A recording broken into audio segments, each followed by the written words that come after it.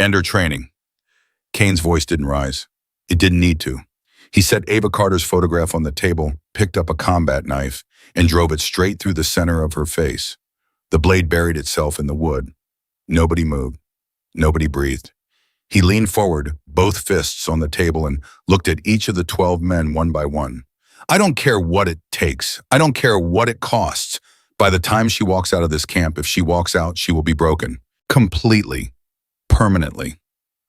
12 trained killers nodded, and Ava Carter was already at the gate, alone, smiling. She had no idea what was waiting for her.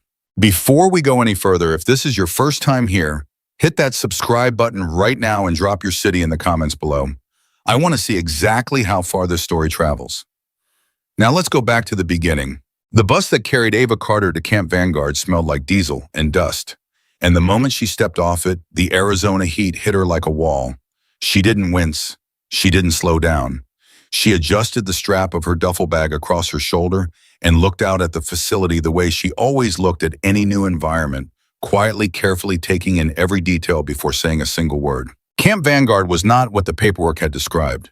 The official transfer orders called it an advanced combat readiness training site, a stepping stone, a prestigious posting for elite personnel. But something about the way the air sat still here, the way the other Marines on the grounds moved with a kind of careful stiffness, like men walking on ice they weren't sure would hold, told Ava that the paperwork had left out quite a lot. She checked in at the administration building, presented her orders to a young corporal behind a desk, who glanced at her ID, then glanced at her again, not with admiration, but with something closer to unease, and told her to wait. She waited for 45 minutes. She used the time to study the room. The way the corporal kept his eyes low, the way two other staff members who walked through whispered to each other when they saw her name on the clipboard, the way nobody offered her water on a day when the temperature outside was pushing 106 degrees. None of these things were accidents. Ava knew that. She had been in the military long enough to understand that when things went wrong in small, dismissible ways, it usually meant something larger was being constructed behind the scenes. A framework, a setup. She didn't say any of that out loud. She just waited. Finally, a door at the far end of the administration building swung open, and the man she would come to know as the architect of everything that followed walked into the room. Master Sergeant Victor Kane was 52 years old, 6'2", and built the way old military men are built, not with the sculpted vanity of someone who lifted for aesthetics, but with the dense practical muscle of a man who had spent 3 decades forcing his body to do things that would have broken most people. His face was deeply lined. His jaw was set at an angle that suggested it had been clenched for so long, it had simply forgotten how to open fully. He wore no expression that could reasonably be called welcoming. He looked at Ava the way a man looks at a problem he has already decided he's going to solve, and he said nothing for a long moment after he entered the room. Ava stood up from her chair. "Staff Sergeant Ava Carter," she said. "Reporting as ordered, Master Sergeant." Kane looked at her transfer paperwork, then back at her. "Carter, Bun." He said, "The way you say a word, you are deciding whether or not you want to keep in your vocabulary." "Yes, sir." 2 Purple Hearts." "Yes, sir." Impressive paperwork. His tone made it clear he found it the opposite. "You know what I've found, Carter, in 23 years of running this program?" She waited. "Impressive paperwork doesn't mean a damn thing in the field." He closed the folder. "What matters is performance. What matters is whether you can function under conditions that are designed to break you." He held her gaze. "This program is going to test every one of those limits. I want to be clear about that from the start." "Understood, Master Sergeant." Something moved across his face, not quite contempt, but adjacent to it. "Dismissed. Your bunk assignment is with the corporal. Orientation is at 0600 tomorrow. Don't be late." He turned and walked back through the door he had come in through, and Ava stood in the administration office and listened to the sound of it closing behind him and thought about the specific way he had said her name. Not like a greeting, like a decision. She collected her bunk assignment from the corporal, who handed it to her without making eye contact, and walked across the compound to find her quarters. What she found instead was a room that had clearly been given to her last after all the other assignments had already been made. It was at the far end of the barracks block, separated from the rest of the unit's sleeping quarters by a storage room that smelled of mildew and old rope. The bunk assigned to her had no mattress.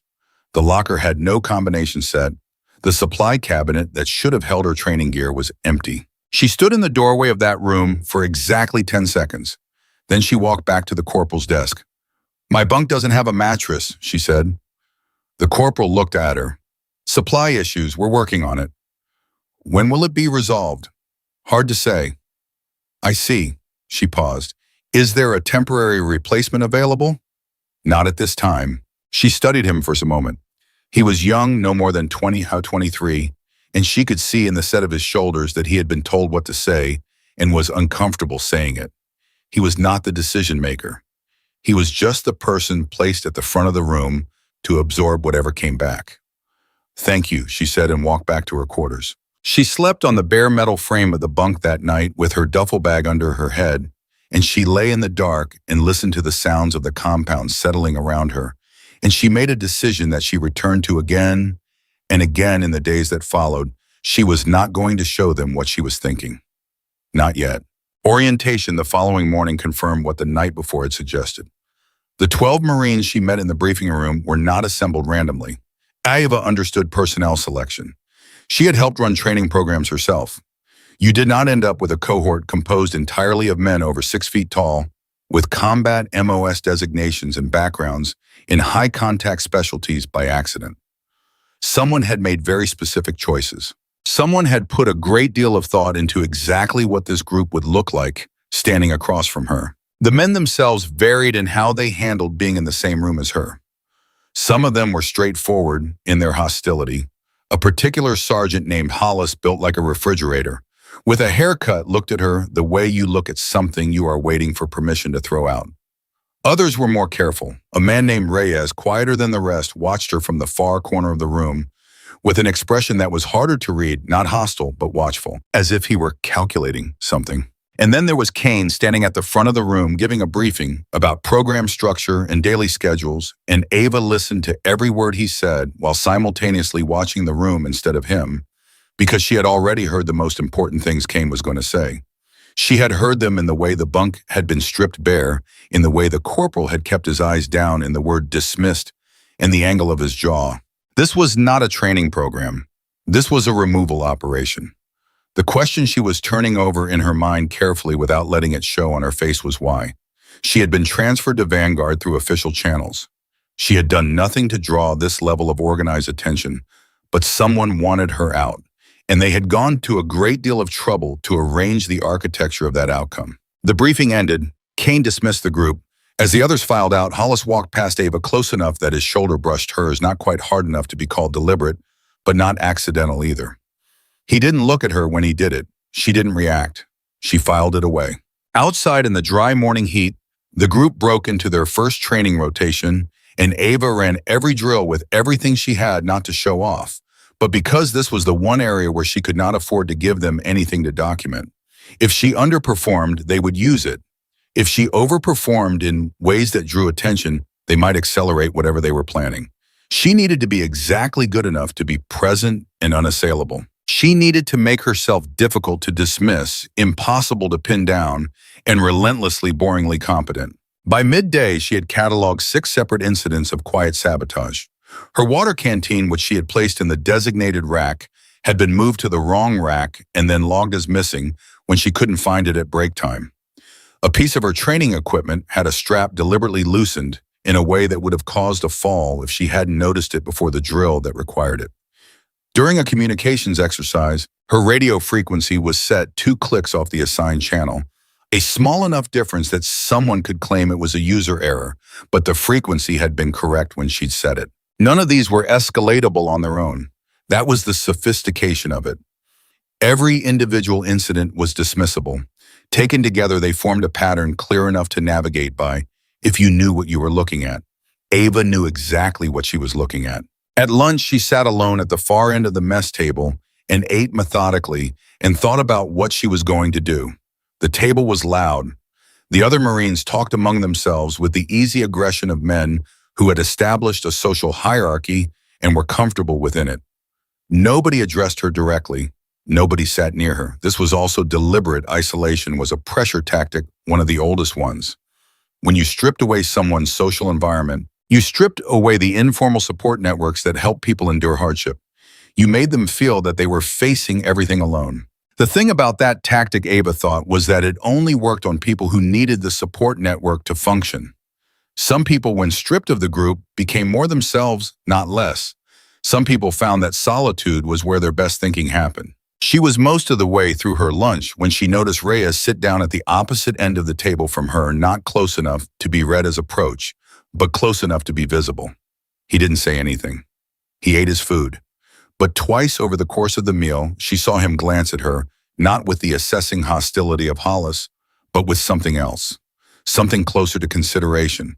She did not acknowledge him, but she noted it. The afternoon brought another round of drills, and this time Kane himself observed from the edge of the training area.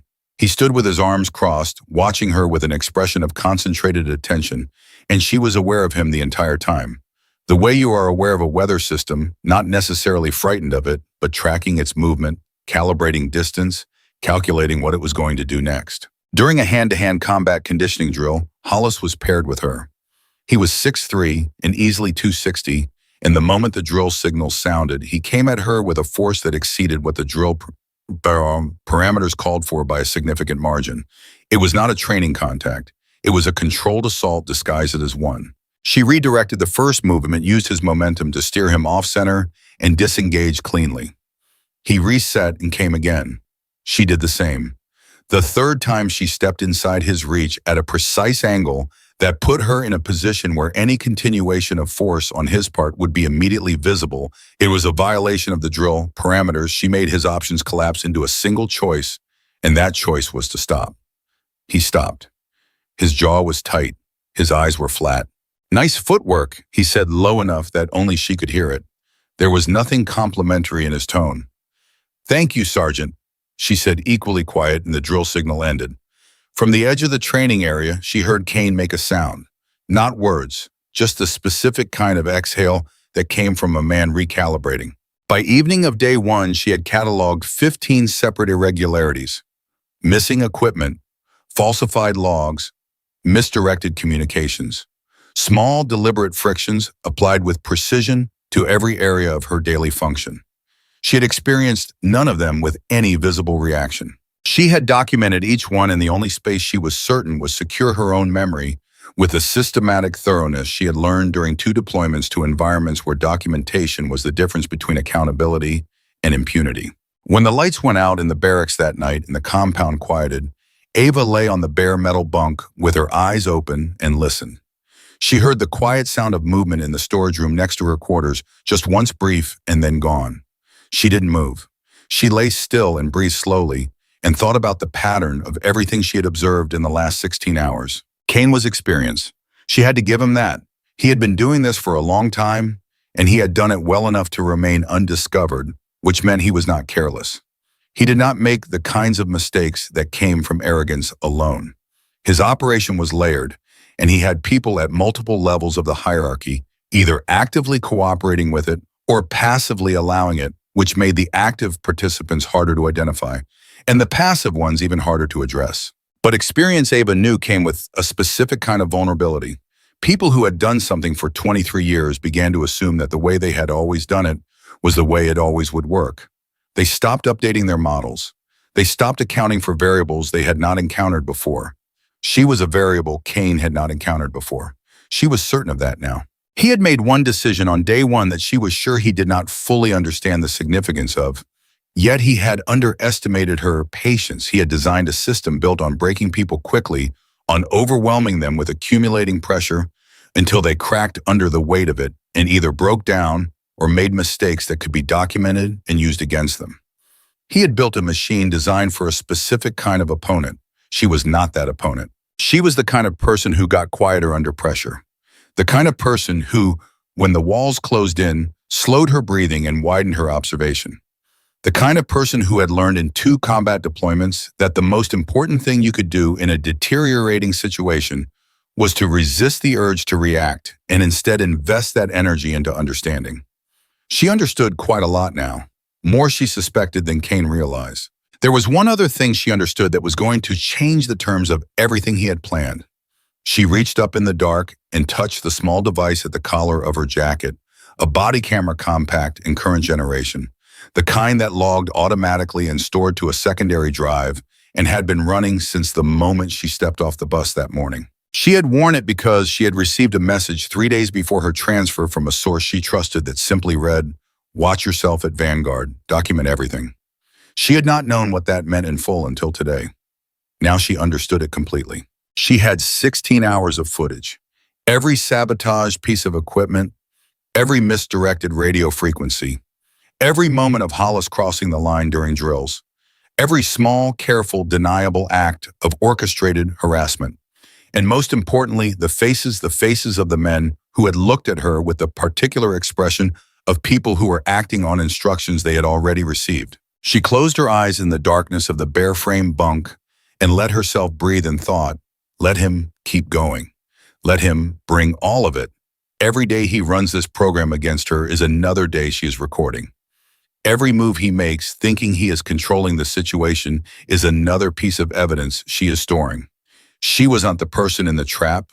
She was the person documenting the trap. And tomorrow it would continue. The second morning brought something new.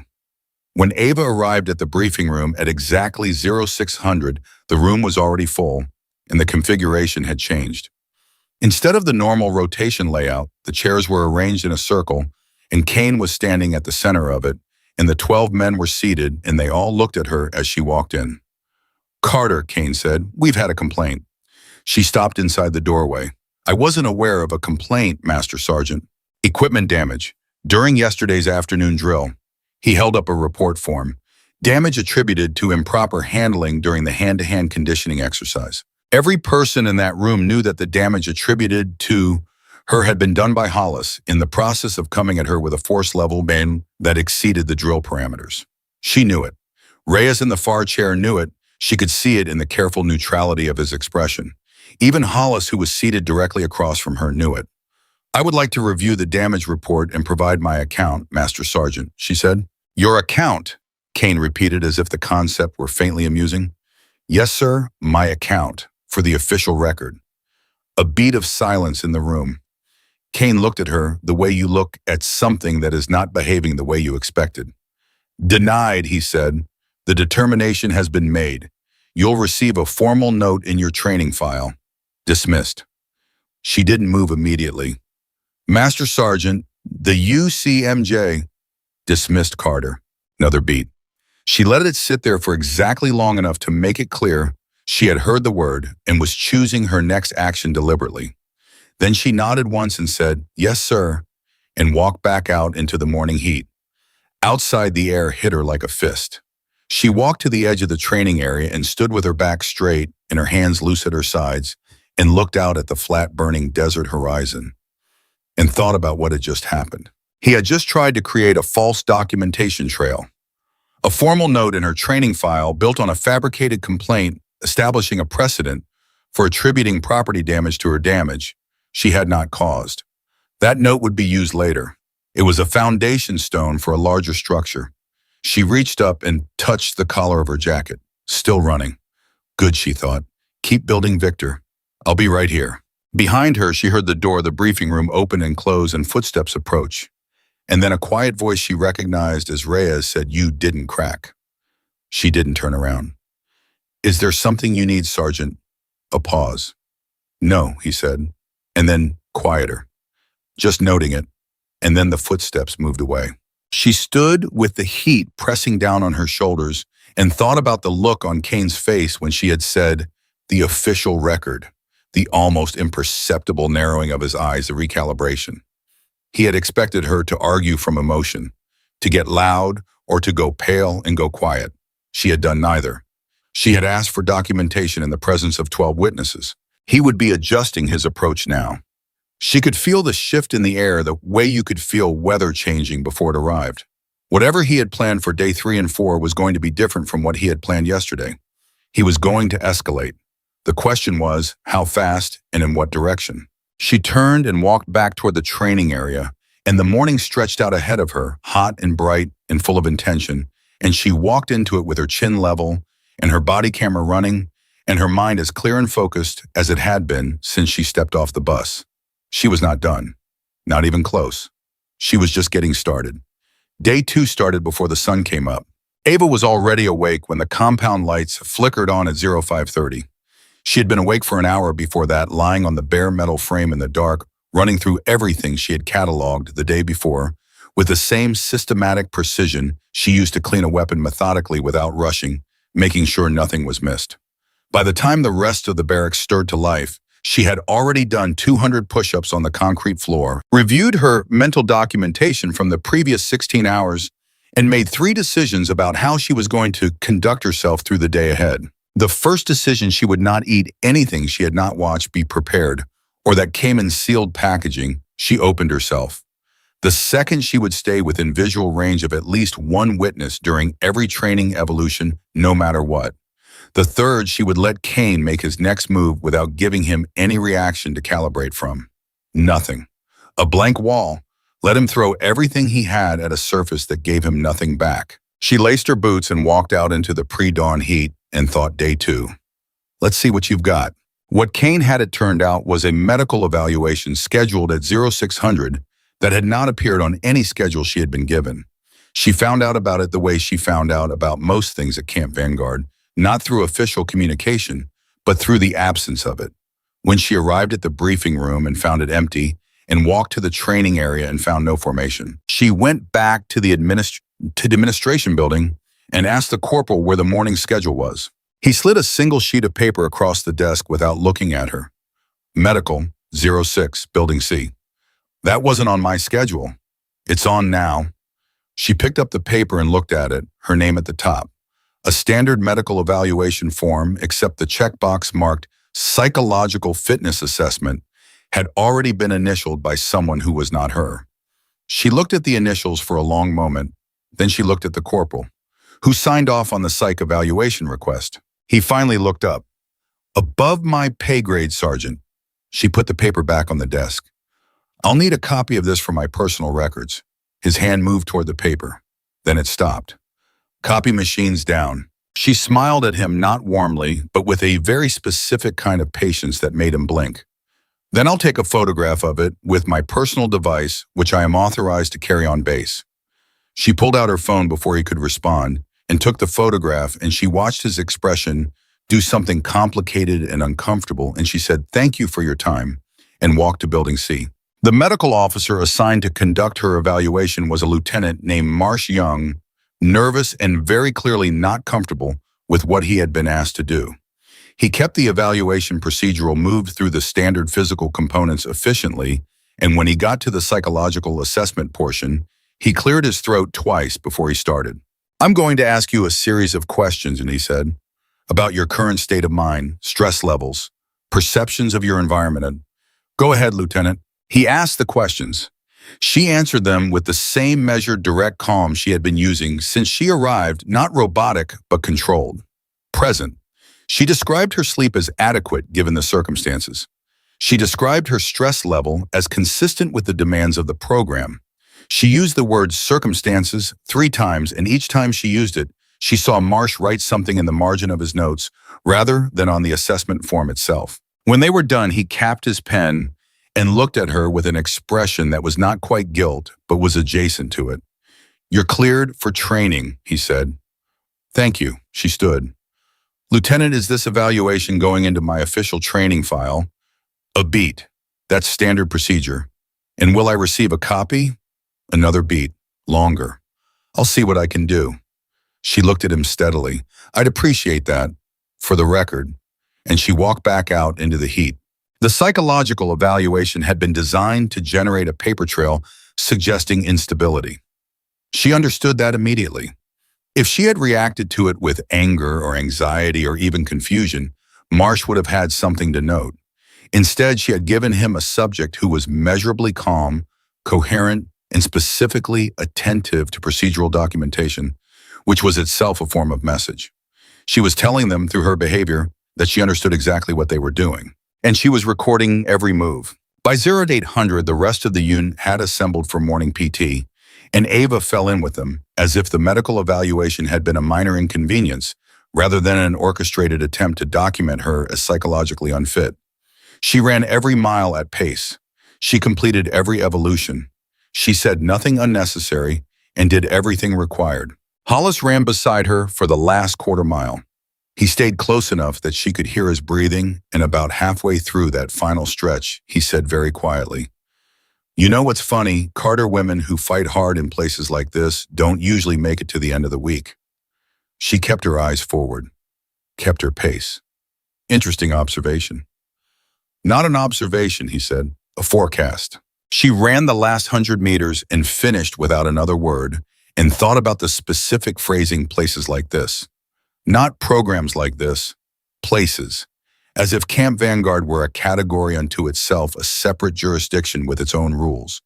Which was, she was beginning to understand exactly how Kane had designed it to function. The mid-morning training and rotation brought a live fire qualification exercise. This was the one she had been most watchful about because live fire scenarios offered the most dangerous window for things to go wrong in ways that were catastrophic and irrevocable.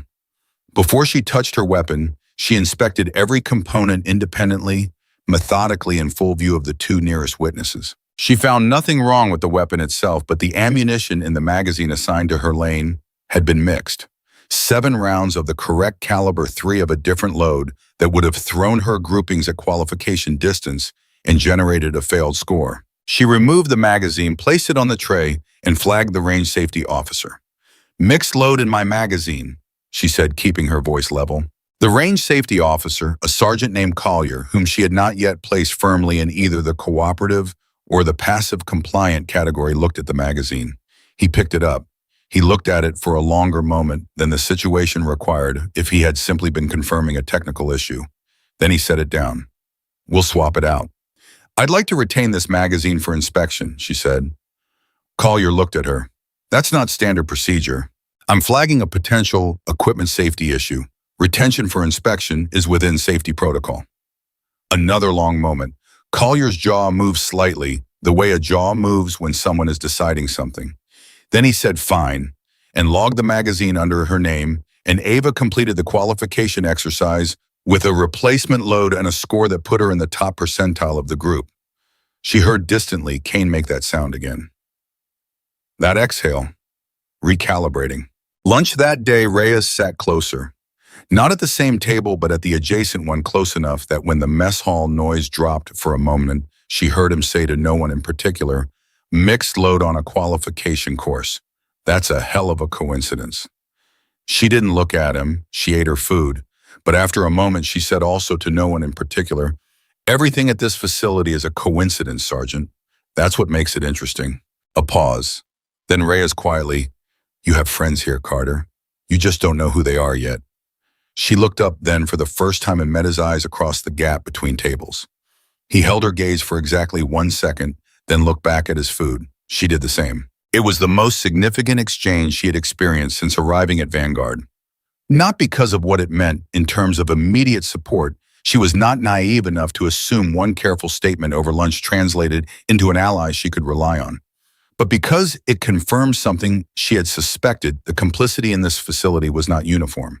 There were men here who were uncomfortable, men who were going along because they saw no alternative, not because they believed in what Kane was doing, and men who were uncomfortable, and uncomfortable men were the variable that could collapse the entire structure if they were ever given a reason to act. She filed that away and finished her lunch. The afternoon brought the evolution that Ava had known was coming, the one she had been building toward since the moment Hollis first crossed the drill parameters the day before.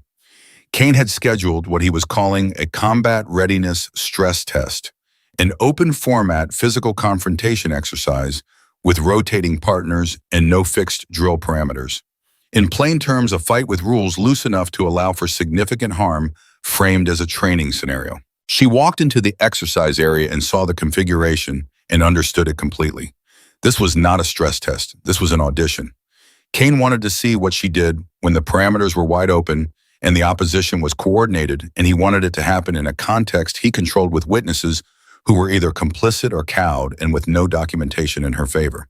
He didn't know about the camera. The first rotation paired her with a Marine named Garrett, 6'1" former wrestler, and the first man since Hollis to come at her with a force level that exceeded the stated parameters of a training scenario. He grabbed for a control hold that would have been appropriate in a real engagement, but was dangerous in a structured exercise. And Ava moved inside his reach and used his own forward momentum to redirect him to the ground in a way that was technically clean and left him with nothing to say. Because she had not hurt him, she had simply put him on his back using his own force. He got up without a word and reset, and the second attempt was more careful.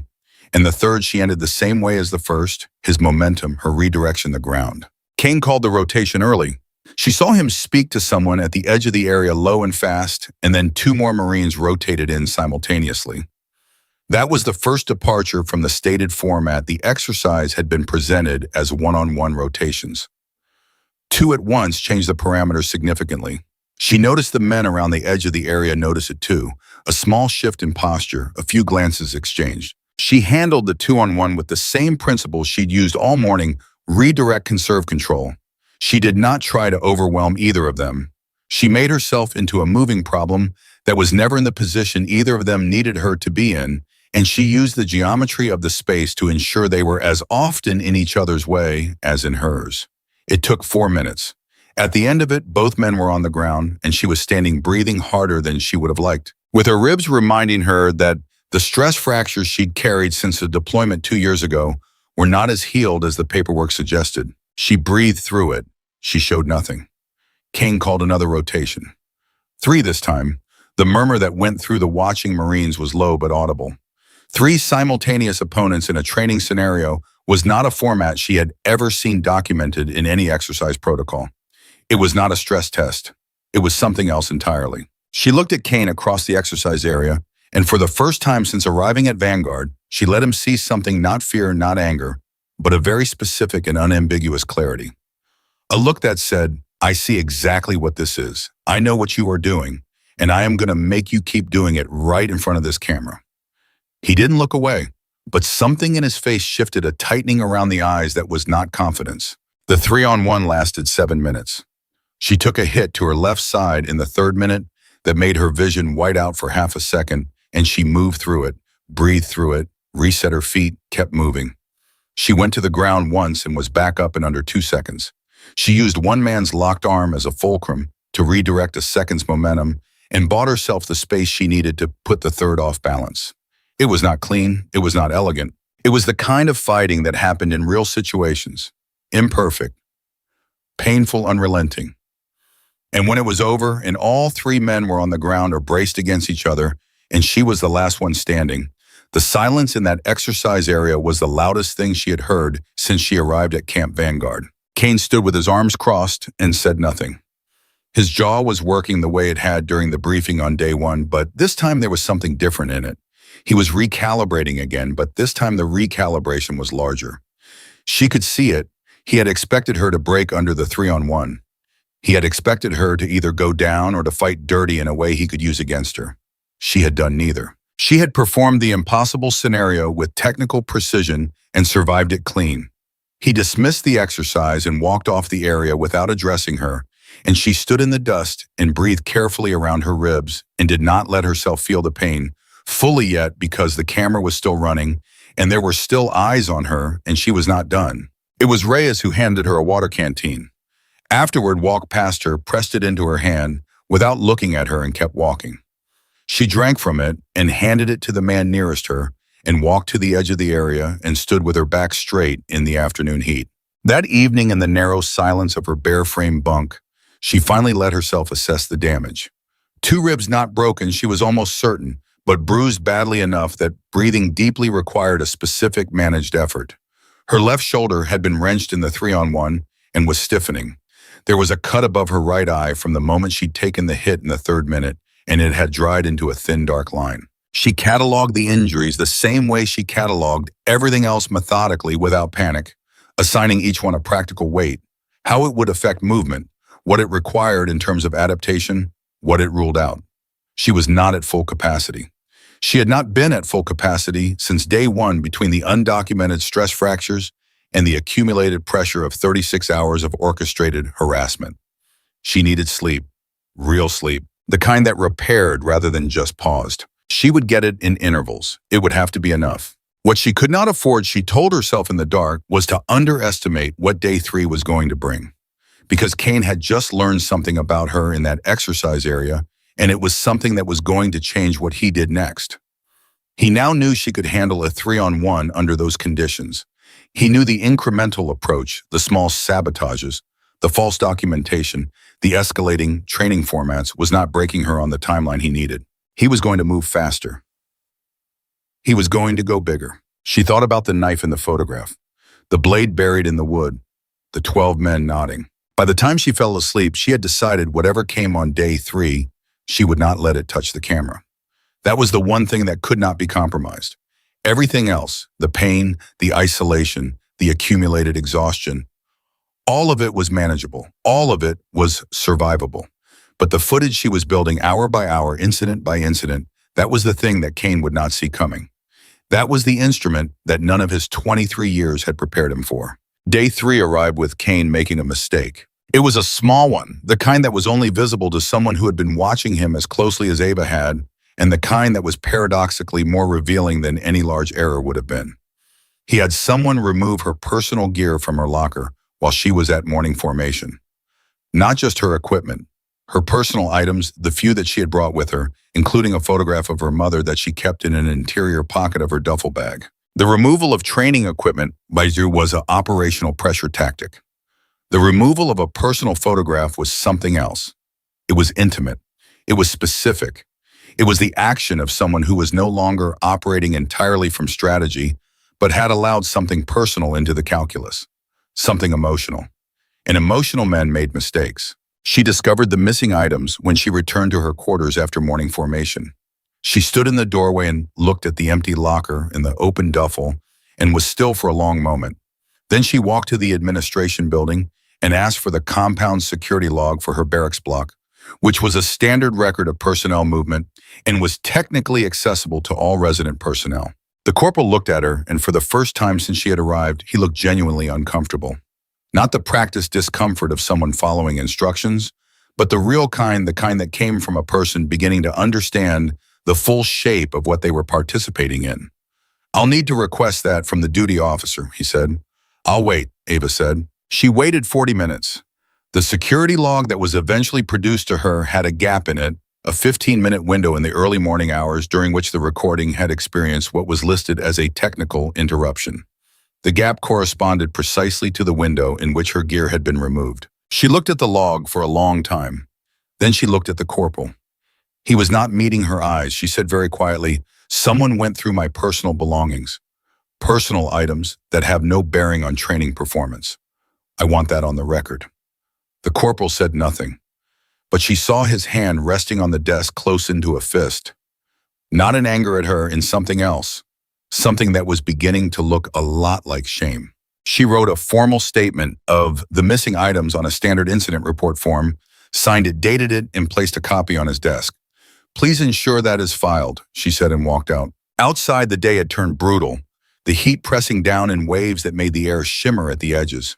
She walked across the compound to the training area and thought about Kane and the photograph and the 15-minute gap in the security log, and she thought about the way the corporal's hand had closed on the desk, and she thought the walls are starting to crack. Not hers, his. She was almost at this training area when she heard footsteps behind her, quick and deliberate, and then Reyes was beside her, matching her pace, looking straight ahead. "He's going to call it tomorrow," Reyes said low and without preamble. "Full contact. No limits."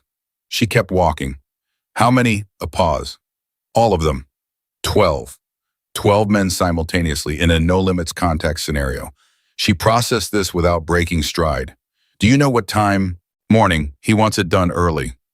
Reyes paused again. "Carter, you need to know what this is. This isn't a training scenario. He doesn't want you injured. He wants you, I know what he wants," she said quietly. Reyes was silent for a moment. "Is there anything you need?" She thought about it, really thought about it. And then she said, "I need you to be where I can see you when it happens. I need a witness who is paying attention." He didn't respond immediately. She counted 3 steps, 4, 5. Then, "I'll be there." She nodded once and walked into the training area and did not look back. That night, she checked the camera. Battery at 63%. Storage at 31 hours and counting. She tilted it slightly at the collar of her jacket, adjusting the angle, and thought about tomorrow morning and what 12 men felt like coming at you all at once, and she did not let herself feel afraid. She was afraid. She was absolutely afraid. She would be a fool not to be. But fear she had learned in 2 deployments and 100 situations that had no right answers. Fear was just information. It was your body telling you the stakes were real. And the stakes were real. She accepted that completely. She just refused to let the fear make any of her decisions. She set her back against the bare metal frame and breathed carefully around her ribs and watched the dark ceiling above her and thought about the photograph of her mother, wherever it was now, and felt something that was not quite anger and not quite grief, but lived in the same neighborhood as both of them. Then she put it away. She needed to be sharper tomorrow than she had ever been. She needed to be so precise and so controlled and so completely without wasted movement that 12 men who outweighed her collectively by thousands of pounds would find one by one that they had nowhere to put their force. She had survived 2 combat deployments. She had been in situations where the math said she should not have made it home. She had made it home every time. Tomorrow was not going to be the exception. She closed her eyes, she breathed in, she breathed out. And in the dark silence of Camp Vanguard, with the footage running and the morning coming, and 12 men who had been handed her destruction as an assignment waiting for the sun to come up, Staff Sergeant Ava Carter went to sleep. She was awake at 0400, not because of an alarm, because her body knew. There was a specific kind of awareness that came before high-stakes situations, not panic, not adrenaline, but a deep cellular alertness, the kind that predated conscious thought. Ava had felt it before every significant engagement of her career. It was her system coming online, fully pulling every resource to the surface, preparing without being told to prepare. She lay still for 2 minutes and let it move through her, and then she got up. She dressed in the dark, checked the camera battery at 51%, storage sufficient. She tightened the collar of her jacket around it with the same deliberate care she gave to every piece of equipment that mattered, which was to say, complete attention, no rushing, nothing left to chance. Then she sat on the edge of the bare metal frame and ate 2 protein bars she had kept sealed in the bottom of her duffel since day 1, and drank from the water canteen Reyes had handed her the day before, which she had refilled herself from a source she had watched. She thought about what Reyes had told her. All of them. 12. No limits. Morning. She thought about Kane standing at the front of that briefing room on day 1, looking at her the way a man looks at a problem he has already decided how to solve. She thought about the knife in the photograph buried in the wood. She thought about the 15-minute gap in the security log and her mother's photograph somewhere in this compound in the hands of a man who had taken it not for any strategic reason, but because he wanted her to feel it, because he had gotten personal, because she had gotten under his skin in a way he hadn't planned for and couldn't fully control. Good, she thought. Angry men are predictable men. She stood up at 0515 and walked out into the dark. The compound was quiet at that hour. The pre-dawn air carried the particular stillness of a place holding its breath, and she moved through it at a pace that was neither rushed nor slow, crossing the ground between the barracks and the main training area, with the measured stride of someone who had decided exactly where they were going and exactly what they intended to do when they got there. She did not go to the training area.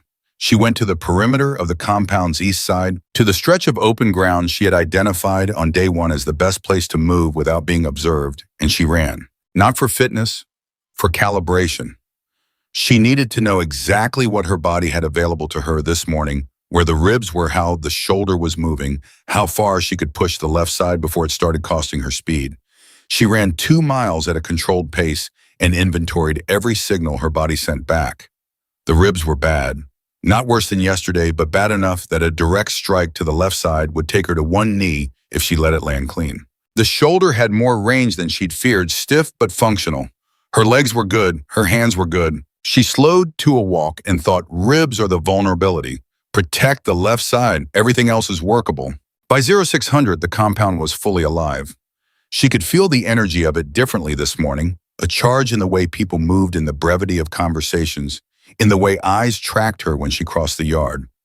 Word had moved through the unit the way word always moved in enclosed military environments, fast, mostly accurate, and loaded with the particular weight of something that everyone understood to be significant and nobody was willing to say out loud. They knew what was coming. Every one of them knew. She could see it in the way Hollis stood at the edge of the mess line with his arms crossed and didn't look at her directly, not from indifference, but from the concentrated focus of a man preparing himself. She could see it in the way 3 of the other Marines clustered near the equipment shed in a conversation that stopped the moment she came within earshot. She could see it in the way the corporal at the administration desk, when she passed the open door, looked up at her with an expression that had moved fully out of practiced discomfort and into something that looked genuinely troubled. She did not acknowledge any of it. She got her food. She ate. She was ready. At 0740, Kane called the assembly. He didn't use the standard formation signal. He sent a runner, a young private who found Ava at the equipment staging area, and delivered the message with the stiff brevity of someone who had been told exactly what to say and nothing more. Master Sergeant Kane requests your presence at the main arena now. She looked at the private for a moment. He was 19, maybe 20. His eyes were doing the thing that young soldiers' eyes did when they were in the proximity of something they hadn't been trained for yet. She said, "Tell him I'm on my way." And the private left faster than he'd arrived. She checked the camera one more time. Still running. She pressed her palm flat against the collar for just a second, not for luck, because she didn't believe in luck in any operational context, but as confirmation. It's there, it's recording. Whatever happens next, it's recording. Then she walked to the arena. The main arena at Camp Vanguard was a large open training space, hard-packed earth, no soft surfaces, bounded on 3 sides by equipment, racks, and observation positions. When Ava arrived, all 12 men were already there. Kane stood at the far end, arms crossed, jaw set, with 2 of his senior NCOs flanking him. There were no other observers, no safety officers, no medical personnel on standby, no range safety flag. The deliberate absence of standard safety protocol was itself a statement. This had been stripped of every institutional marker that would have made it a training exercise. It had been reduced to something else. She walked to the center of the space and stopped. She looked at Kane across the distance between them and waited. He looked back at her for a long moment. Then he said loud enough for the whole arena to hear, "Today's evolution is a full contact combat endurance assessment. No fixed rotation, no time limit. All personnel participate simultaneously. The evolution ends when the assessment is complete." Silence. The specific kind of silence that preceded something irreversible. She heard from somewhere in the group of 12 a sharp exhale. She didn't look to see who it came from. She kept her eyes on Kane. "Any questions?" he said. Nobody spoke, not even her. "Then begin." The first man who moved was Garrett, the former wrestler, who had come at her 2 days earlier in the stress test. He moved fast from her left, going for the same control hold he'd tried before. She had expected him to be first, and she had expected him to go for the same approach, because men who had been doing something for years defaulted to what they knew under pressure. She stepped inside his reach at the precise angle that made the control hold geometrically impossible, turned with his momentum, and redirected him into the path of the second man who was already moving from her right.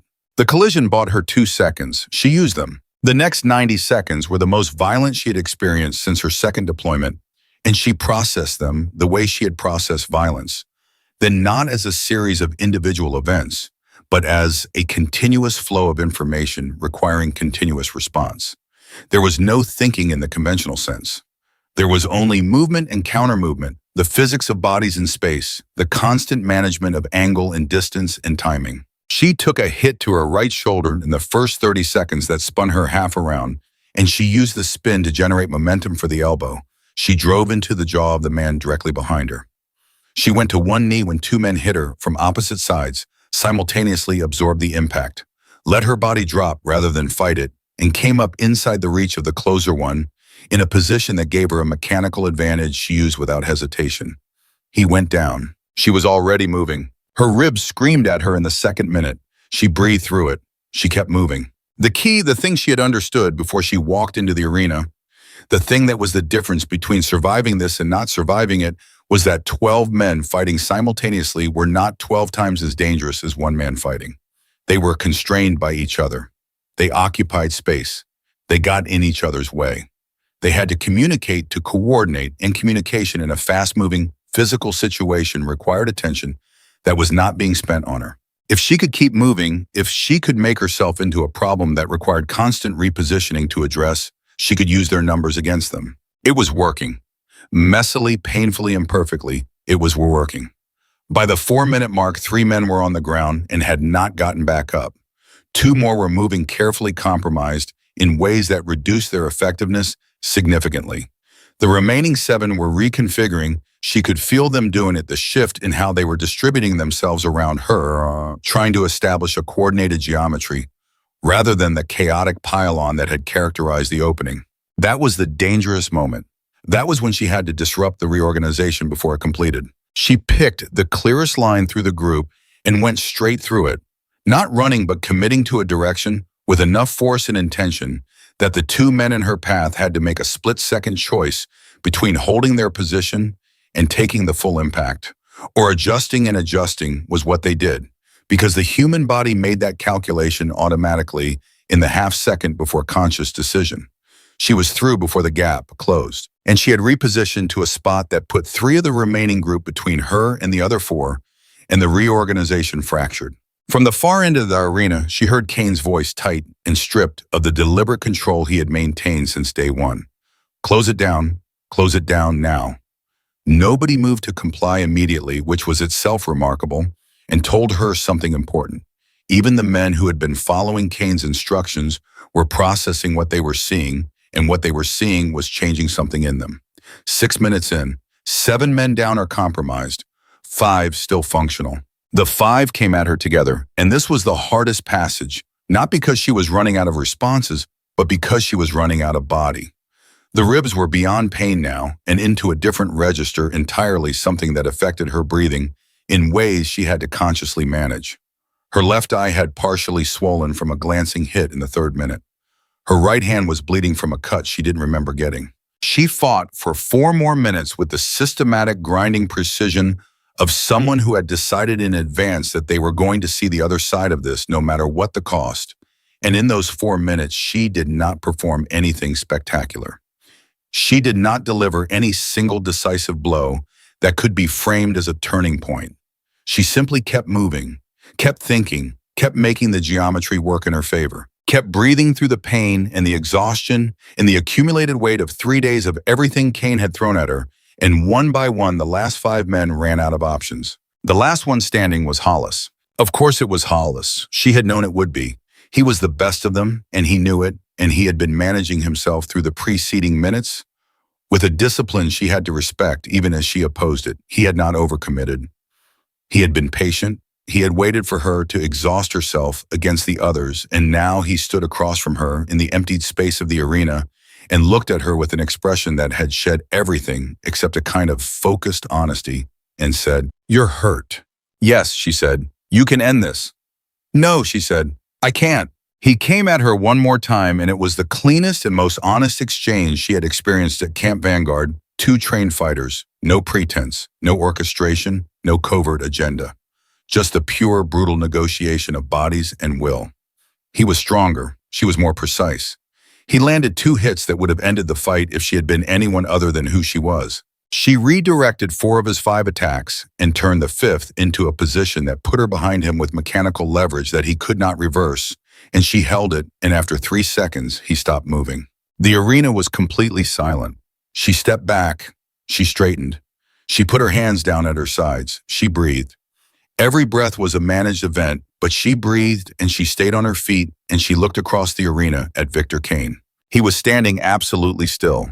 His arms had come uncrossed at some point during the last 11 minutes and had not gone back. His jaw was working, but nothing was coming out of it. In 23 years, the expression on his face told her nothing had looked like this. Nobody had looked like this. She looked at him and said nothing. She didn't need to. It was Reyes who spoke first from the observation position where he had been standing for the entire 11 minutes. His voice was quiet but completely clear in the silence. 11 minutes and 40 seconds, he said. Witnessed and noted. Kane's head turned toward Reyes with the speed of a man who had just been blindsided. "What did you say?" "I said witnessed and noted, Master Sergeant." Reyes met his gaze without flinching. "That's my obligation under Article 134. When I observe conduct that may constitute misconduct, I am required to note and report it. I'm noting it. The silence that followed that statement was a different kind of silence than the one that had preceded it. The first silence had been the absence of sound. This silence was the presence of something enormous that had just entered the room and changed the atmospheric pressure. Kane stared at Reyes for a long moment, then his eyes moved to Ava, and something happened in his expression that she had not seen there before and had not expected to see: uncertainty. Real deep structural uncertainty, the kind that came from a man realizing that the architecture he had built over 23 years had just developed a crack he had not anticipated and could not immediately assess. She held his gaze and let him look. Let him see her standing on her feet in the middle of his arena, bleeding and hurt and unbroken, with a witness who had just formally invoked Article 134 and a camera that had been running since the moment she stepped off the bus 4 days ago. He knew something was wrong. She could see him knowing it. He didn't know what it was yet, didn't know about the camera, didn't know about the footage, didn't know that every sabotaged piece of equipment and every falsified log entry and every exceeded drill parameter was stored on a secondary drive in the collar of her jacket. But he knew something had gone outside the boundaries he had set, and the not knowing was beginning to do the work she needed it to do. "Dismissed," he said. His voice was controlled, but something underneath it was not. Nobody moved immediately. That had happened the day before too, but today it was different today. The hesitation was longer, and it involved more men, and she could feel the collective weight of it, the way 12 men who had spent 4 days following instructions were looking at the results of those instructions and doing the arithmetic. "I said dismissed," Kane said louder this time, and the group began to move. Ava did not move right away. She stood where she was until Kane met her eyes one more time, and then she walked toward the exit of the arena with her back straight and her breathing managed and the camera still running, and she thought about the crack she had seen in his expression, and she thought, there it is. That's the beginning of the end of this. Outside in the direct sun, the full weight of the 11 minutes descended on her. Her legs wanted to shake. She let them shake just once for the 2 seconds it took her to reach the wall of the equipment shed, and then she put her back against it and breathed and let the sun hit her face and did not sit down because she was not ready to sit down yet. Reyes found her there 3 minutes later. He didn't say anything at first. He handed her a water canteen and leaned against the wall beside her and let her drink. After a minute, she said, "Thank you for Article 134. "I meant it," he said. "Every word. I've been watching this for 3 days, and I should have said something sooner." A pause. "I'm sorry I didn't." She looked at him. He was looking straight ahead, jaw tight. Something working behind his eyes that looked like a man recalibrating who he was in relation to a situation he had been part of. "You said it when it mattered," she said. He nodded slowly. "What's your next move?" She considered how much to tell him. She had been alone in this for 4 days, and the instinct to stay alone in it was strong. Every operative instinct she had told her that the more people who knew about the camera, the more variables there were. And she had not survived 4 days at Vanguard by introducing unnecessary variables. But Reyes had just invoked Article 134 in front of Kane and 12 Marines. That was not a small thing. That was a man putting himself on record. That was a man who had already stepped over the line and could not step back over it. She made the decision in under 3 seconds. "I have documentation," she said. "Everything. From day one." Reyes went very still. "What kind of documentation?" "The kind that doesn't need a chain of custody argument to be credible." He turned to look at her. She touched the collar of her jacket, and she saw him understand, saw it move across his face in a wave, the full scope of it, the implications unfolding in real time. "The whole time," he said, "the whole time." He was quiet for a moment. Then he said very quietly, "He has no idea." "No," she said, "he doesn't." Another silence. Then Reyes said, "He's going to try to contain this, tonight or tomorrow morning at the latest. When he realizes Article 134 is in the air, and the documentation, whatever he thinks it is, might be real, he's going to move to control the narrative. He has people in the administrative chain. He'll try to get ahead of it." She had already thought of this. She had been thinking of it since she walked out of the arena. "I know," she said. "So you need to move first." "Yes." He looked at her, really looked at her, the way people looked at other people when they were deciding something significant. Then he said, I have contacts at Quantico, not close contacts, but real ones. People who don't owe Kane anything. She felt something shift deep and structural, like a foundation settling into place. She had been building this alone for 4 days, and now there was someone standing beside her who understood what was at stake and was choosing to stand there anyway. It mattered. She would not pretend it didn't matter. "Can you reach them tonight?" she said. "I can try." "Then try," she said. "And Reyes, be careful. The way he went after my personal belongings means he's not purely strategic anymore. There's something personal in this for him." Personal means unpredictable. Reyes nodded. He pushed off from the wall and started to walk away, and then he stopped and turned back. "Carter, that was—" He paused, searching for the word. "That was something I'm going to remember for the rest of my life. What you just did in there." She looked at him. "I'm going to go to the medical station," she said. "I'm going to let them document these injuries on the official record. All of them. Every single one." He understood immediately what that meant. "Good," he said. "Do that." He left. She pushed off from the wall of the equipment shed and walked toward the medical station, straight-backed, measured her breathing, managed around ribs that had moved well past discomfort into something that would require attention she could not give them yet.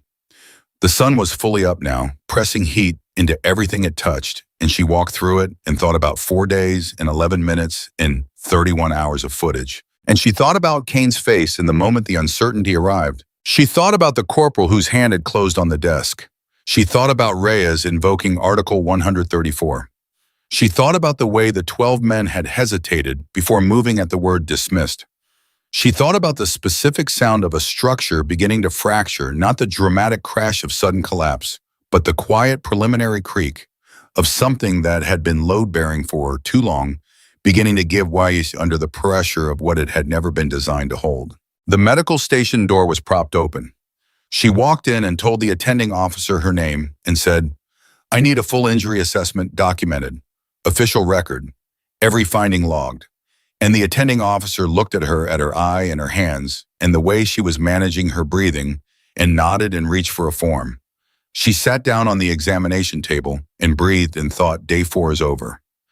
And Kane doesn't know yet that he already lost. The medical officer's name was Captain Elaine Dorsey, and she had been stationed at Camp Vanguard for 14 months, and in those 14 months, she had learned to ask certain questions carefully and document certain answers even more carefully. Because the gap between what happened at this facility and what got written down about what happened was a gap she had been navigating for over a year with the particular exhaustion of someone who knew something was wrong and had not yet found the moment or the mechanism to say so. When Ava Carter walked through the door of the medical station on the morning of day 4, Captain Dorsey looked at her the way a doctor looks at a patient whose injuries tell a story that the official record has not yet been asked to contain, and she said, "Sit down, Sergeant," and reached for her documentation forms without being asked. She worked methodically. She noted the contusion above the right eye, the degree of swelling in the left orbital region, the defensive bruising on both forearms consistent with sustained impact absorption, the laceration on the right hand, and the significantly compromised structural integrity of at least 2 ribs on the left side that she confirmed through a careful physical examination she conducted without rushing, because she understood instinctively that this documentation was going to matter in ways that extended well beyond this room. "How did this occur?" she asked, pen ready. "Full contact combat assessment," Ava said. "Ordered by Master Sergeant Kane this morning, approximately 0740 to 0852. Dorsey wrote that down, every word of it. "One-on-one rotation. Simultaneous, all 12 assigned personnel." The pen stopped moving for a moment. Just a moment. Then Dorsey wrote that down too, and Ava watched her write it and thought about the gap this woman had been navigating for 14 months and thought she's been waiting for this. She didn't know she was waiting for it, but she has been. "I want a full copy of this assessment for my personal records," Ava said. "You'll have it before you leave this room," Dorsey said and kept writing. Ava sat on the examination table with the overhead light pressing down on her and let herself be still for the first time since 0400 that morning, and the stillness was both relief and danger, because stillness let the pain arrive fully, and the pain was significant. The ribs were the worst of it, not broken, Dorsey confirmed after a more thorough assessment, but 2 stress fractures that had been aggravated past the threshold of manageability. She needed wrapping rest and ideally imaging that the facility's equipment could provide, but that Ava was not prepared to be sedated for because she could not afford to be unconscious for any extended period in a facility where the man with authority over her movements was already understanding that something had slipped outside his control. I need to be ambulatory, she told Dorsey. You need to be resting, Dorsey said. I understand that. I need to be ambulatory. Dorsey looked at her for a long moment. Then she wrapped the ribs with the efficiency of someone who had long ago stopped fighting battles she couldn't win in the moment and had learned to document them instead, and she said, I'm flagging this assessment as requiring follow-up review. That goes into the official medical log. Thank you, Captain. Don't thank me. Dorsey handed her the copy of the assessment, 3 pages, every finding, logged timestamps on each entry. Thank me by making sure someone outside this compound reads that. Ava folded the papers and tucked them into her jacket against the camera and said, working on it, and walked out. It was 0940 when she left the medical station. She calculated this with the cold precision of someone managing a countdown 6 to 10 hours before Kane moved to contain what had happened in the arena. Reyes had said tonight or tomorrow morning. She thought tonight. She thought he was already moving. She was right. At 10:17, the corporal from the administration building appeared at the edge of the medical station's exterior, where Ava had stopped to review Dorsey's assessment in the direct sunlight. He was moving with the particular gait of someone who had been sent to deliver a message and was not comfortable with the message he was carrying. He stopped 3 feet from her and said, Master Sergeant Kane requests your presence in his office, immediately. She looked at the corporal.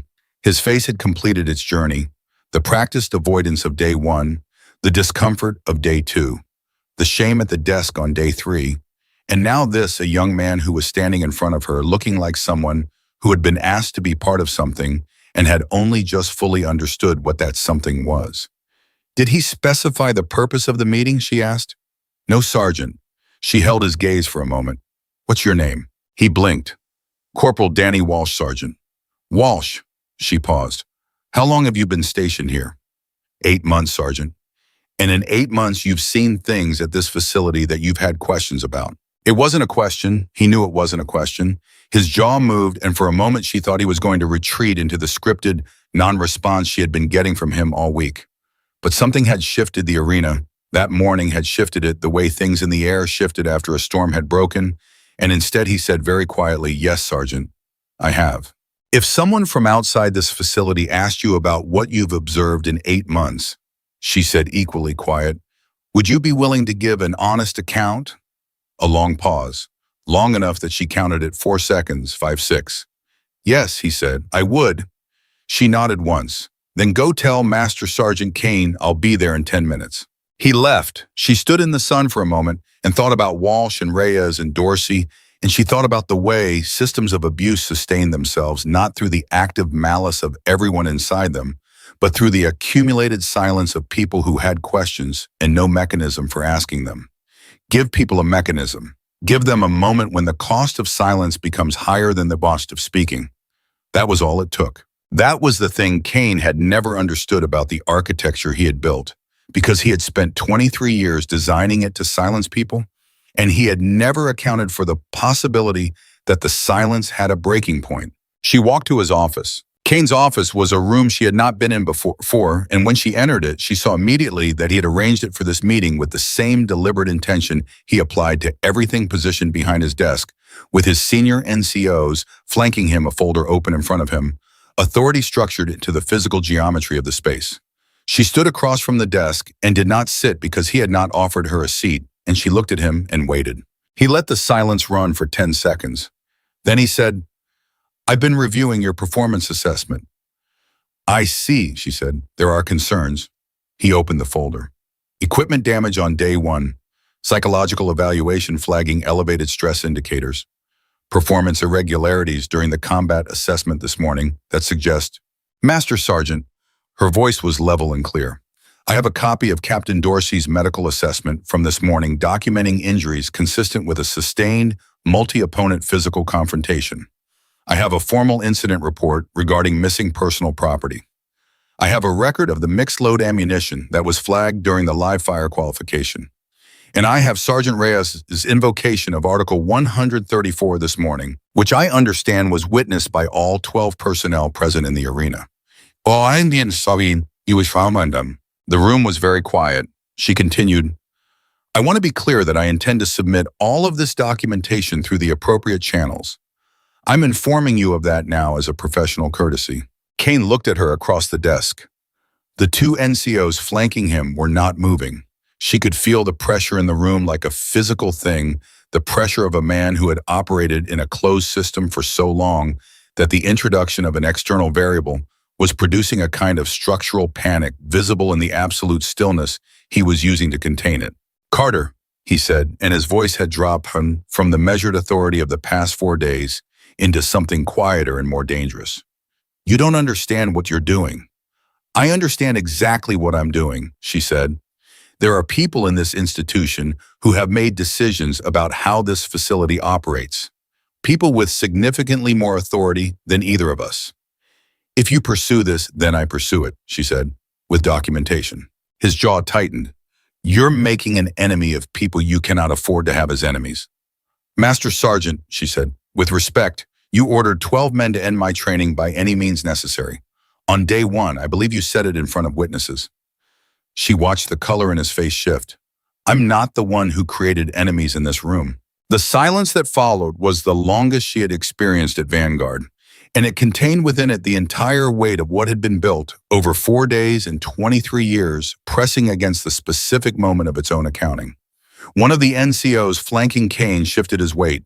She didn't look at him, she kept her eyes on Kane. He closed the folder, slowly. The deliberateness of it was the action of a man buying time, recalibrating in real time, looking for the angle that he had not yet tried. Dismissed, he said. Yes, sir, she said, and walked out. She was halfway across the compound when her body told her she needed to sit down. Not a requested instruction delivered with the unambiguous authority of a system that had been operating above its limits for 4 days and was now presenting the bill. She found the exterior wall of the equipment, shed the same wall she had leaned against after the arena, and she put her back against it and slid down until she was sitting on the ground, and she breathed carefully around the wrapped ribs and let herself feel how close to the edge she actually was. It was 11:20. She had been awake for 7 hours. She had fought 12 men simultaneously. She had conducted a medical assessment, delivered a formal statement of intent to her commanding officer, and recruited 2 witnesses. She was running on 2 protein bars, managed adrenaline, and an absolute refusal to stop until the thing was done. She was not done yet. At 12:05, Reyes found her still sitting against the equipment shed wall and crouched down in front of her and said, I made contact. She looked up at him. Quantico. Quantico. He kept his voice low, quick, urgent. Major Sandra Lee, she's in the JAG office. She knows Vanguard's reputation. Apparently, you're not the first complaint that's pointed in this direction, but you're the first one with, he paused. She asked me to ask you directly what kind of documentation do you have? 31 hours of continuous body camera footage, Ava said. Secondary drive backup. Footage begins the moment I arrived on compound and includes the arena this morning. Reyes stared at her. He had known about the camera since yesterday, but hearing the full scope of it, stated plainly in the daylight with the arena still raw in both their memories, she watched it land on him with renewed weight. 31 hours, he repeated. 31 hours and 42 minutes as of this morning's assessment with Captain Dorsey, who was also willing to provide a statement and whose documentation of my injuries from today is time-stamped and officially logged. He was quiet for a moment. Lee is moving. She said she needs 24 hours to get a team to the facility without alerting anyone in the administrative chain here who might be connected to Kane. He's going to move before 24 hours, Ava said. I know. She knows. She's working on accelerating. He paused. She also said, Carter, she said that if what you have is what it sounds like, this goes well beyond Kane. There's a pattern here, other facilities, other personnel. She had suspected this. She had not let herself fully think it through because she had been focused on surviving the immediate situation, but she had suspected it. A man who had been doing this for 23 years without institutional consequence was not operating in a vacuum. He had cover somewhere. He had relationships that insulated him. And if he had those relationships, the documentation she had collected was going to Be useful not just for what happened at Vanguard in the last 4 days, but for everything that had happened at facilities like Vanguard for a long time. Tell Lee to move as fast as she can, she said, and tell her I need a secure transmission channel for the footage backup before Kane makes his next move. I need it off this compound and onto an external server before tonight. Reyes nodded. He stood, and then he looked down at her against the equipment shed wall, sitting in the dust with wrapped ribs and a swollen eye and blood dried on her right hand. And he said something that was not part of any operational discussion, but was simply a human being saying something true. I don't know how you're still sitting upright. She thought about that for a moment. Because sitting down is still upright, she said. I'm not lying down. Something moved across his face, not quite a smile, but close. He left. The next 4 hours were the longest of the 4 days, and they were long in the specific way that waiting was always longer than action, because action gave the mind something to do with itself, and waiting gave it nothing except the opportunity to calculate everything that could go wrong. She moved through the afternoon with deliberate normality, ate lunch, attended the one scheduled training evolution that Kane had not canceled, kept her body moving through the pain with the managed discipline she had been exercising since day one, and let nothing show on her face that was not entirely appropriate to a Marine conducting herself professionally in a standard training environment. At 14:30, Hollis approached her. She saw him coming from 20 feet away and tracked him without turning her head, reading his body language, and finding something she had not seen in it before. Not aggression, not the focused hostility of the previous 3 days, but something more complicated. He stopped beside her at the water station and filled his canteen and didn't say anything for a moment, and she waited. What you did this morning, he said finally. She didn't respond. I've been doing this for 11 years, he said, hand to hand, combatives instruction. I've seen fighters, real ones. A pause. I've never seen anything like that. She looked at him. His face was doing something genuine, the specific openness of a man who had spent 3 days on the wrong side of something and was standing in the reckoning of that. Why did you do it? She said.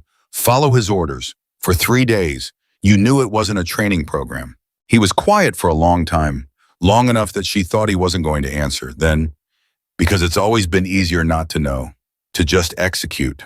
Follow the brief, not ask what's behind it. He looked at his canteen. I've been doing that for 11 years, and it's always worked. You don't ask, you don't look too hard. You just do the job. Until today, she said. Until today. He looked up at her. Reyes invoked Article 134 in front of all of us. In front of Kane, you can't unknow something like that. You can't unhear it. His jaw tightened. I'm going to give a statement. Whatever they need, I want that on the record. She looked at him steadily. I appreciate that.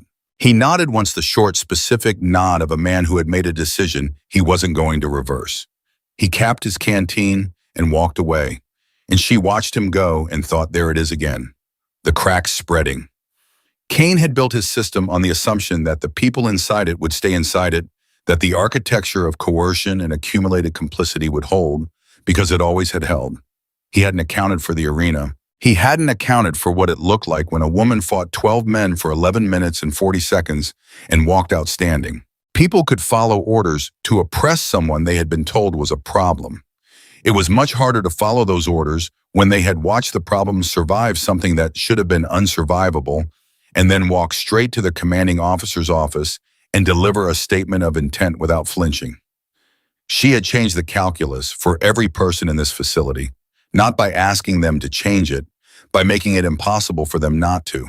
At 16:08, Reyes sent her a message through a channel she had not expected a handwritten note pass through Walsh the Corporal, which told her something important about the rate at which the facility's internal allegiances were shifting.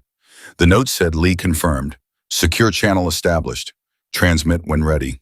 Team mobilizing. ETA, 14 hours. 14 hours. Kane had tonight, and she had to make it through tonight. She went back to her quarters at 1700 and connected the camera to the transmission device. Reyes had arranged a compact encrypted transmitter that she had not known he had access to until the note arrived, and that spoke to a level of preparation on his part that told her his contacts at Quantico were more substantial than he had let on. She began the transmission at 1712. It would take approximately 2 hours to complete given the file size. She sat against the bare metal frame with the transmitter running and thought about Kane in his office, closing the folder, slowly looking for the angle he hadn't tried yet. She thought about what Reyes had said, that this went beyond Kane, beyond Vanguard, that Major Lee had seen the pattern before and hadn't had the mechanism to address it. She thought about all the people who had come through this facility before her and had not had a body camera running. The ones who had broken under the accumulated pressure and had their breakdowns documented and used against them. The ones who had left quietly, their records annotated with manufactured irregularities, with no way to prove what had actually happened to them. She thought about them with a specific, focused grief, not the paralyzing kind, but the kind that sharpened something, the kind that told her why the documentation mattered beyond her own survival. Every hour of footage on that drive was not just her 4 days at Vanguard.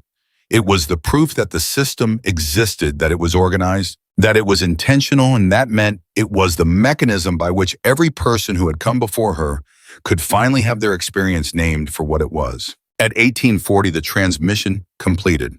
She verified the confirmation receipt, powered down the transmitter, removed the camera from her collar, and held it in her hand for a moment. 31 hours and 42 minutes. Every sabotaged resource, every falsified log, every exceeded drill parameter, every face. Kane's voice saying, "End her training," in the administration building on day one, caught by a microphone sensitive enough to capture it through the closed door she had been standing near.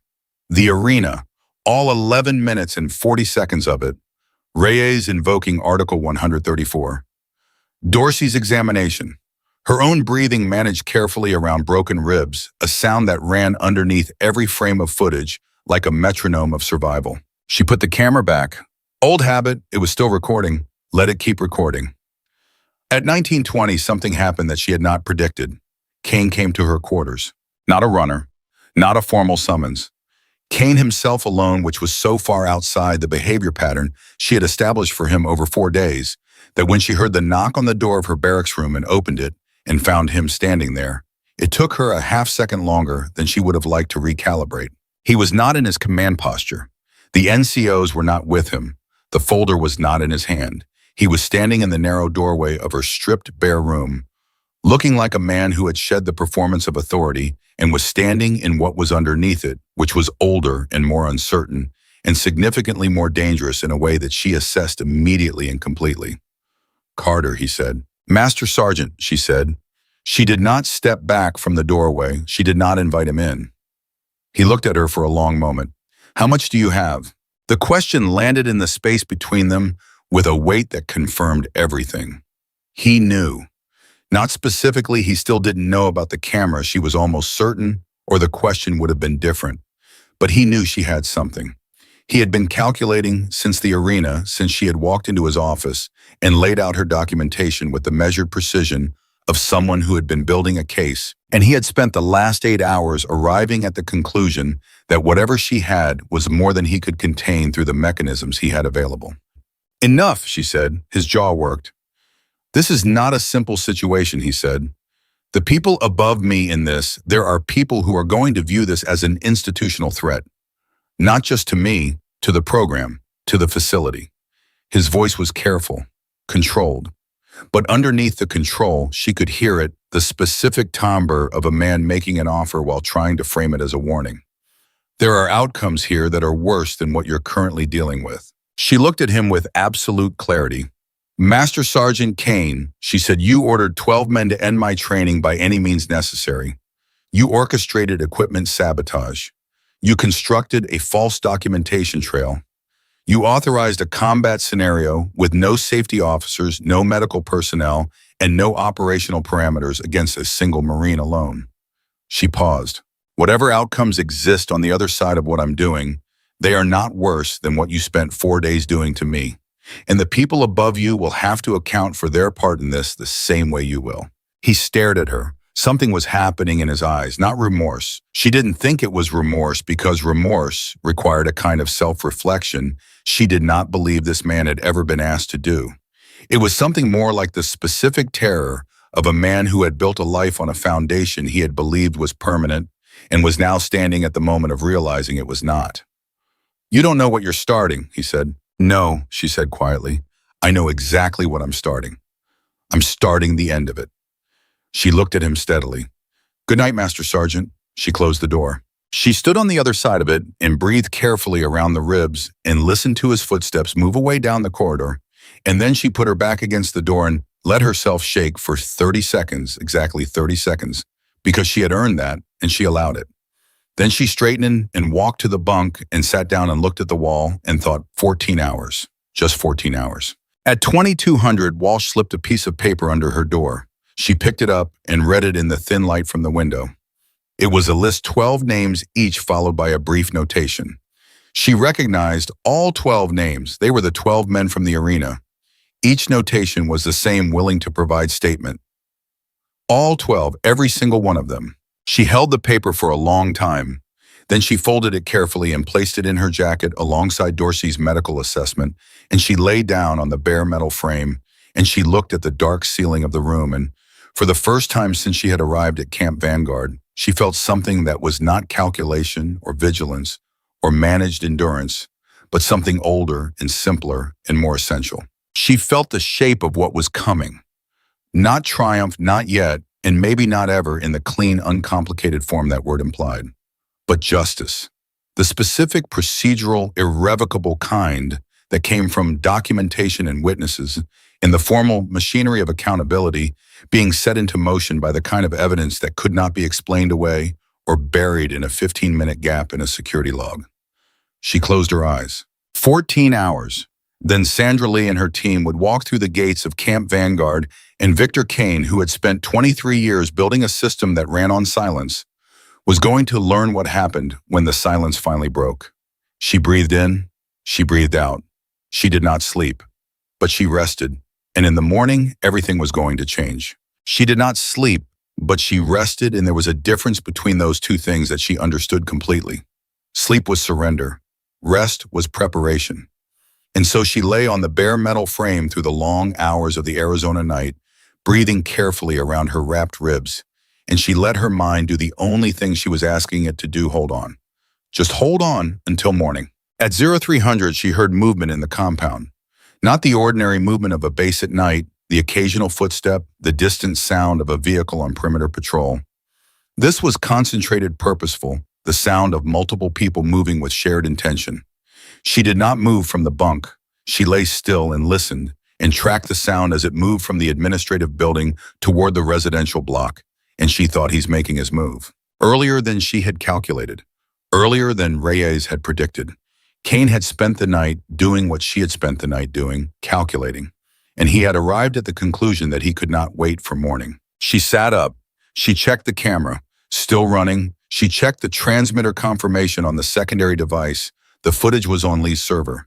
It had been there since 1840 the previous evening. Whatever Kane was about to do, he was 8 hours too late. She heard a knock on the door of the barracks room 2 doors down from hers. Then voices, low and quick. Then footsteps moving away. She waited. Then a knock on Walsh's room. She recognized Walsh's voice in the brief exchange that followed, tight and startled. More footsteps. Then silence. Then a knock on her door. She was already standing when it came. She crossed the room in 4 steps, opened the door, and found 2 of Kane's NCOs in the corridor, the same 2 who had flanked him in his office. One of them was holding a folder. The other one had the particular expression of someone executing an order they had serious reservations about. Sergeant Carter, the first one said, Master Sergeant Kane has ordered a preliminary administrative review. You're required to surrender any personal recording devices and external storage media in your possession. Immediately. She looked at them. She kept her face completely still. Under what authority? Facility Security Protocol, Section 12, Paragraph 4, Commanding Officer Discretion. I'd like to see that order in writing, she said, signed and dated. A pause. The folder came up opened and was presented to her. She looked at the document. Inside it was typed, it was signed, and it was dated. Today's date, 0230. He had written it in the middle of the night, which told her the exact hour at which his calculations had arrived at the conclusion that she had more than she had told him and that he needed to move. She studied the document for a long moment. It was real. It was within his facility authority. Technically, under the section, he had cited a broad emergency search provision that was designed for genuine security threats and was being applied here as a weapon. It would not survive legal scrutiny. It would be overturned the moment Lee's team arrived.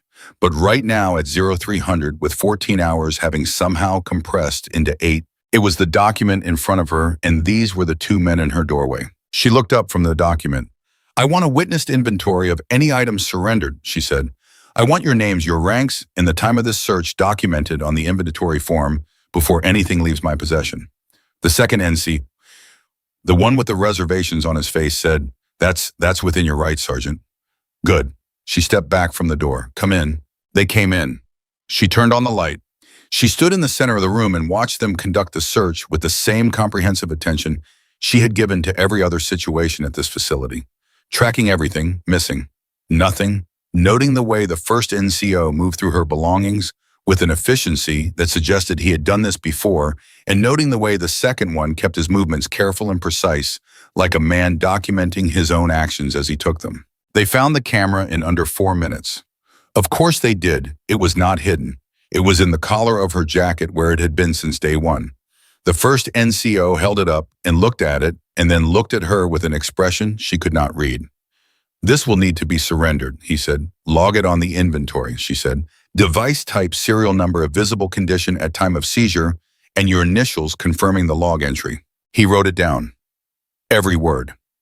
She watched the pen move across the inventory form and thought about the footage that was already in Quantico, already on Lee's server, already beyond the reach of any facility search order that Kane could generate at 0300 or any other hour. And she thought, take the camera, take it. It doesn't change a single frame of what's already gone. When the search was complete, the inventory form had 7 items on it. She signed the bottom, kept her copy, and said, "Thank you. You're dismissed." The 2 NCOs left. She closed the door and stood in the empty room and was still for exactly 30 seconds. Then she went to the window and looked out at the dark compound and thought about the next 8 hours. At 04:15, Reyes knocked. 3 quick taps, a pause, 2 more, the pattern they had established through Walsh the previous afternoon. Simple and unambiguous. She opened the door. He came in fast, closed it behind him, and said, "He searched your room." "Yes." "Did he find it in the camera?" "Yes." Reyes's jaw tightened. "Carter." "The footage transmitted at 1840 yesterday evening," she said. "It's been on Lee's server for 9 hours. The camera was already a record of what existed. The device itself is irrelevant." He stared at her. Then he exhaled a breath that had been held for too long. "You transmitted it before you went to his office." "I transmitted it before I went to his office?" she confirmed. He put his hand on the wall and looked at the floor for a moment, and she could see in the set of his shoulders the specific physical release of a man who had been carrying something extremely heavy and had just been told he could set it down. "Lee moved up the timeline," he said when he looked back at her.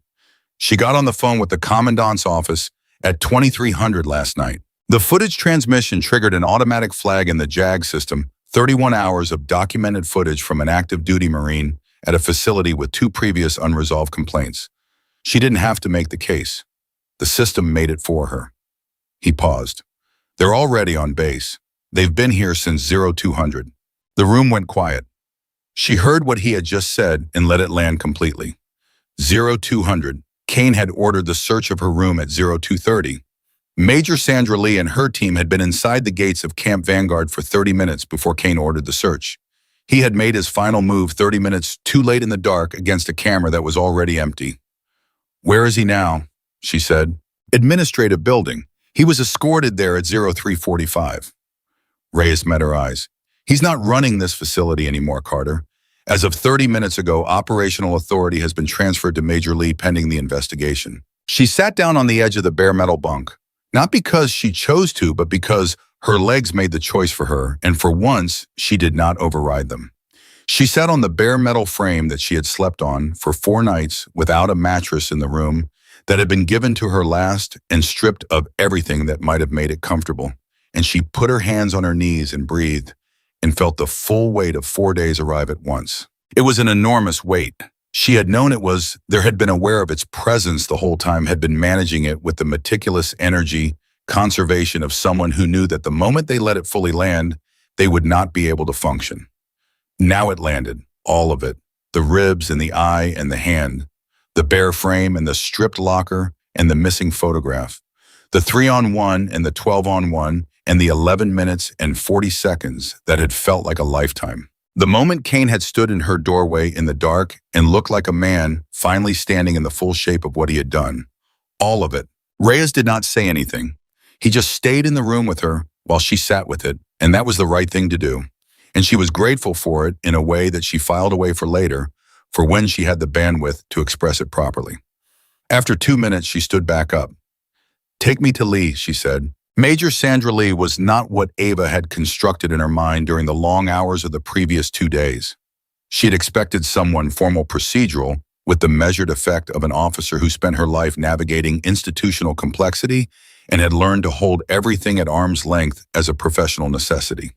What she found instead was a woman in her mid-40s with sharp, direct eyes and the particular energy of someone who had been furious about something for a long time and had just been handed the tool to act on it.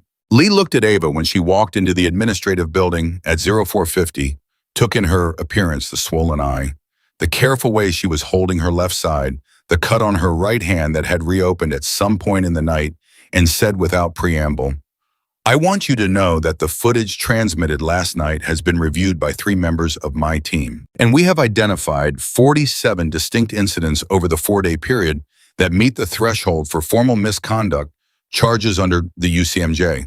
That number will increase as the full review is completed." Ava looked at her. 47. Minimum. Lee's voice was tight and controlled in the way that voices got when the person speaking was managing genuine anger through professional discipline. "Sergeant Carter, I want to tell you something that is not part of the formal record, but that I want you to hear directly from me." She paused. "This facility has had 2 prior complaints in the last 6 years. Both were dismissed at the facility level before they reached my office. Both of those complainants experienced outcomes that appear in light of your documentation to have been manufactured." She held Ava's gaze. "Your footage is going to reopen both of those cases. What you recorded in 4 days is going to do something that 2 years of institutional complaints did not." The weight that had landed when she sat on the bunk in her stripped room pressed down on her again, but differently this time. Not just its own gravity, but the gravity of everything it was carrying with it. The 2 Marines before her. The cases that had been dismissed. The people who had left this place with annotated records and no recourse and no way to name what had been done to them. She thought about them the way she had thought about them the night before, with that specific focused grief that sharpened things rather than blurring them. "What do you need from me?" she said. "A formal statement. On the record. Witnessed." Lee gestured to the chair across from her desk.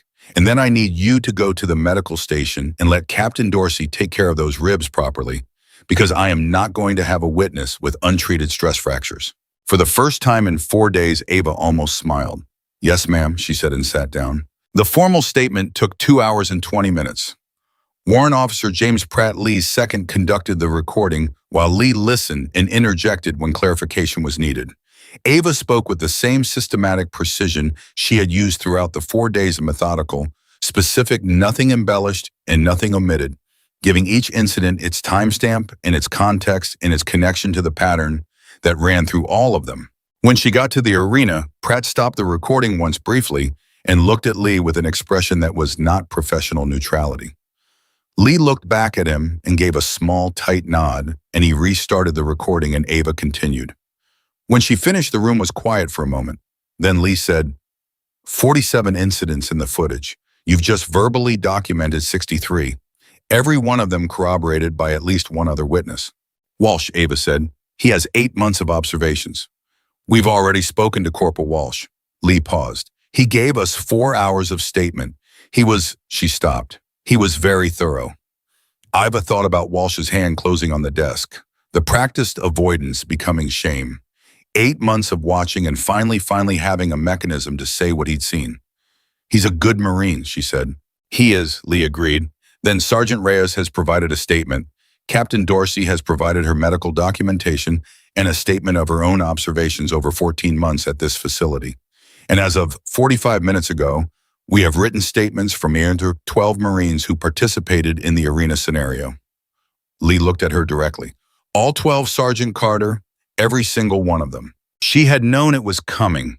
Walsh's note had told her it was coming, but hearing it confirmed by Lee in the administrative building of Camp Vanguard, with the morning just beginning to press light through the windows, was something she had not fully prepared herself for.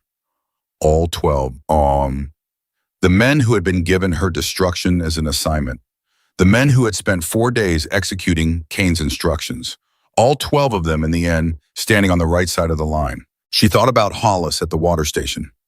You can't unknow something. You can't unhear it.